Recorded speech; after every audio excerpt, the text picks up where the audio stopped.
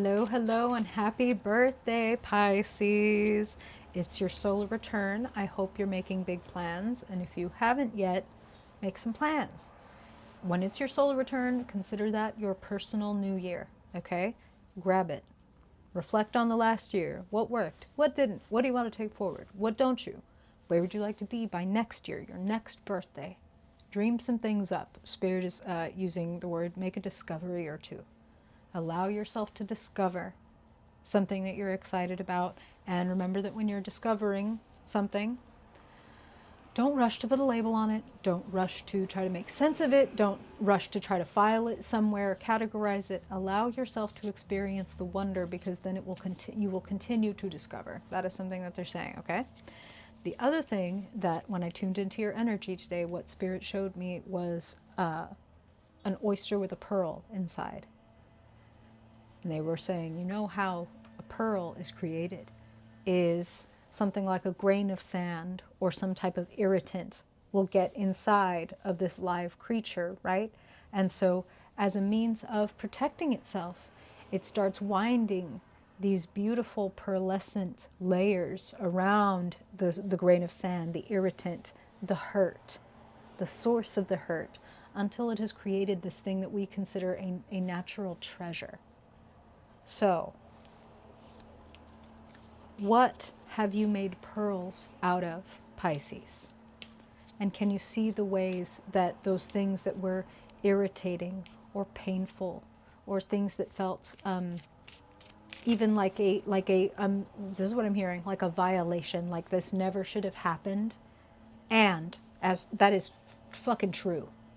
This bad, terrible, shitty thing never should have happened to me, and I can see the ways that I have put beautiful pearlescent layers around it, and how it has helped me grow this amazing treasure inside myself of compassion or creativity or imagination, you know?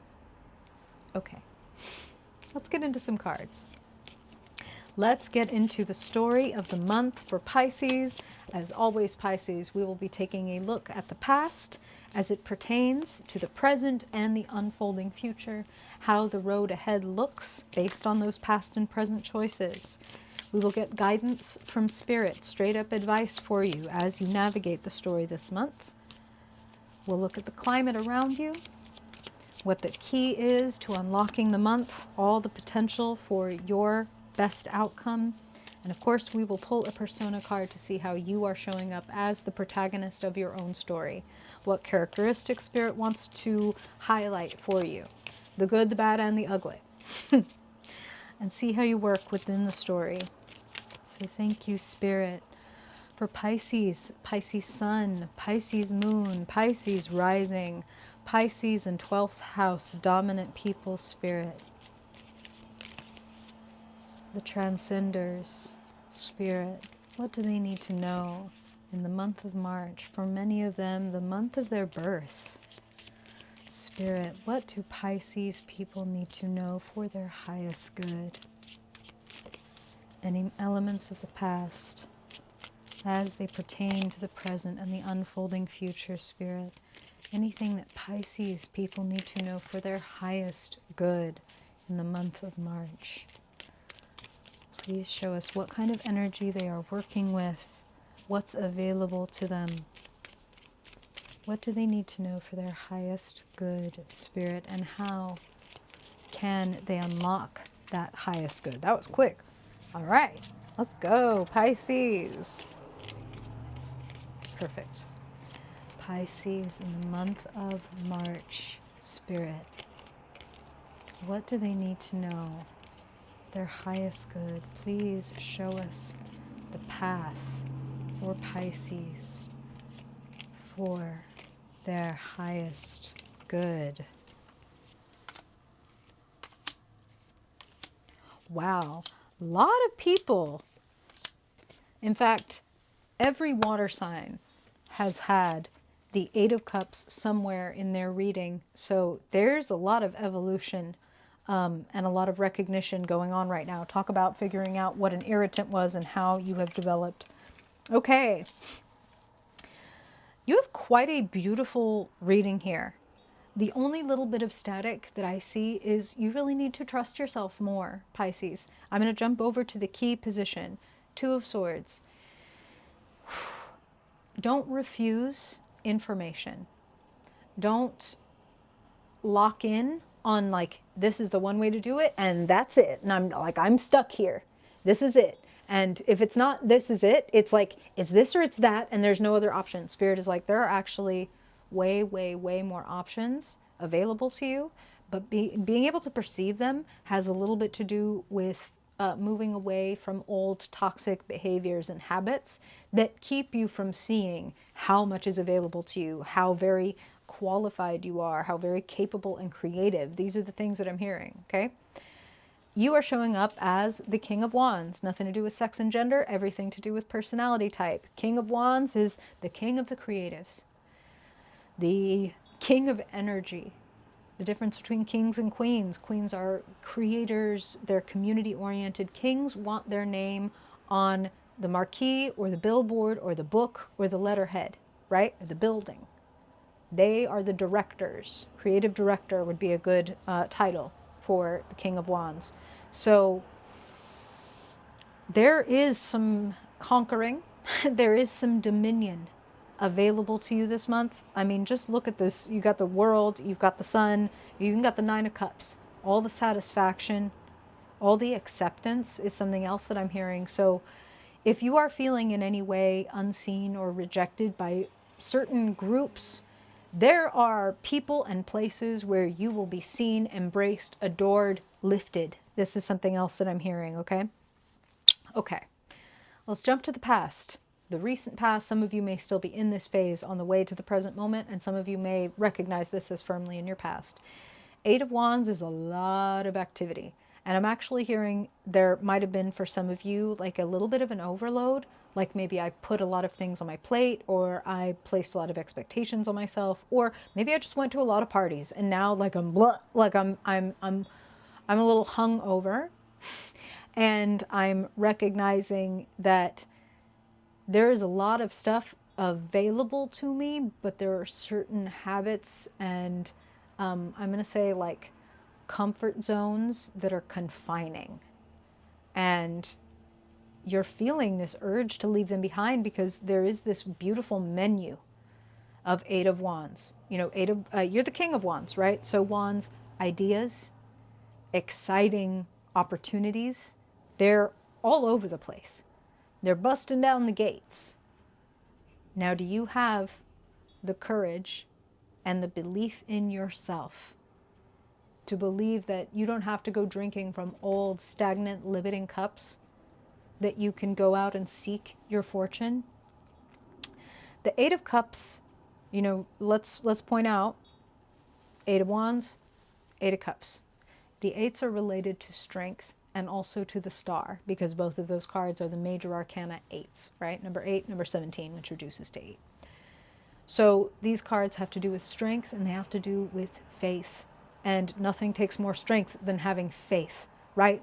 Than saying, hey, this person is giving me crumbs. This sucks. But also, damn, what if I go out there, who knows if I'll even get crumbs? You know what I mean? Maybe this is all that there is for me. Maybe this is all that's available. That's the mirage of the Eight of Cups, and a lack of belief in ourselves, and like a fear of growth, right? And no one's blaming you. No blame, no shame, no judgment. We don't fucking do that here. Take that shit somewhere else. The Eight of Cups deserves your compassion. It makes a lot of sense that I've actually stayed small in this way, or stayed in this relationship that didn't demand that I grow, or stuck to this habit that brought me even just the most barren and small sense of comfort when I needed it. I can understand why I allowed that. And I think that I want something more, and I think that there is more out there, and there is. If you look at that Eight of Cups, they're walking away from those finite drops that can fit in those cups that have grown stagnant and toxic and algae filled, and if you sip from them, they'd taste like shit. And they are moving toward the source. Fresh, flowing, healthy, clean, abundant water. They're holding the lotus blossom, their growth. And the growth, importantly, that can only come from being in the depths, in the darkness, in depression, in the mud, right? That's how a lotus blossom grows all the way through all the stagnant water to the very top and blossoms. You are being called to blossom. Believe in yourself. You are beautiful. That's what I'm hearing. You are beautiful. Please blossom. Please show us how you have blossomed out of the mud. That might be part of what the journey is for some of you. Like, I'm writing this book about how I blossomed out of the mud, or I want to share this podcast, these video, blah, blah, blah, my creation, King of Wands. I want to share. Please share with us. The sun sits in the future. A beautiful card for being seen, being accepted.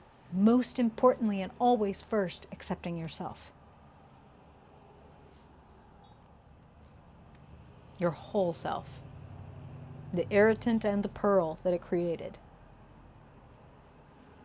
You deserve to shine and to be seen and to share.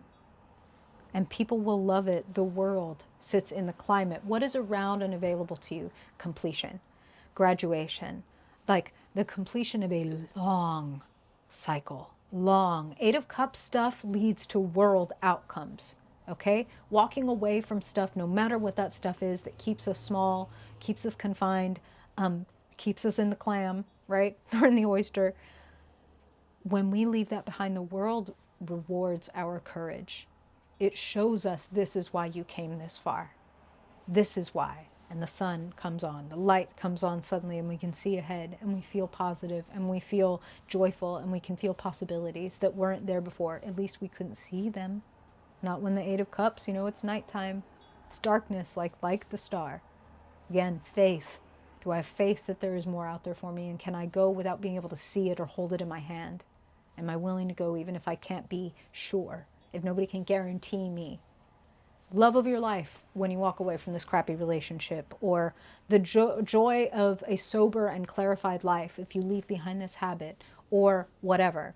The acceptance if you leave behind this cocoon that you've created for yourself. These are all the things I'm hearing, Pisces. Which one hits for you? It's all available. The Fool, the position, hopes and fears, because every card has a double face. The Fool is saying, much like with the 8 of Cups, if you are willing to let go of the burden you're carrying on your back, if you decide, I will determine who I am. And part of that, that pride and that openness to that idea comes from looking at the pearls you've made from the bad things that have entered your life. Like, oh yeah, if I could come out of that, I can do this. This is kind of nothing compared to that. I'm going. The Fool. Who cares if I get in over my head? Who cares if sometimes I don't know what I'm doing? I'll figure it out. I'll trust myself. I have just what I need. Nothing. I have just what I need. Me. To echo that, 9 of Cups is sitting in the guidance position. Make it about you. Enjoy yourself. There's something that you are able to manifest when you leave behind holding on to like those crumbs. 8 of Cups? Nah, we're doing 9 of Cups. We're doing, this is, I do these tarot translations, right, where I take the card and I like make them into a brief pithy phrase, and the one for 9 of Cups is, told you I'd manifest that shit. Just sitting there like, now everybody can see it. I could imagine it. I could even see that it was out there for me, but now I've had the belief in myself to go out and grab it and enjoy the fuck out of it. So go grab it and enjoy the fuck out of it. Enjoy the fuck out of the attention. Enjoy the fuck out of the acceptance. Enjoy the fuck out of other people being able to appreciate your pearls of wisdom. Okay? Okay. Happy solar return, Pisces. Sending you so much love. I really hope this is helpful for you. Like if you liked it. Dislike if you don't. Subscribe if you vibe. And I hope that I will see you at our first Saturday live. March 1st, collective reading. Hope to see you there, Pisces. Till then, bye-bye.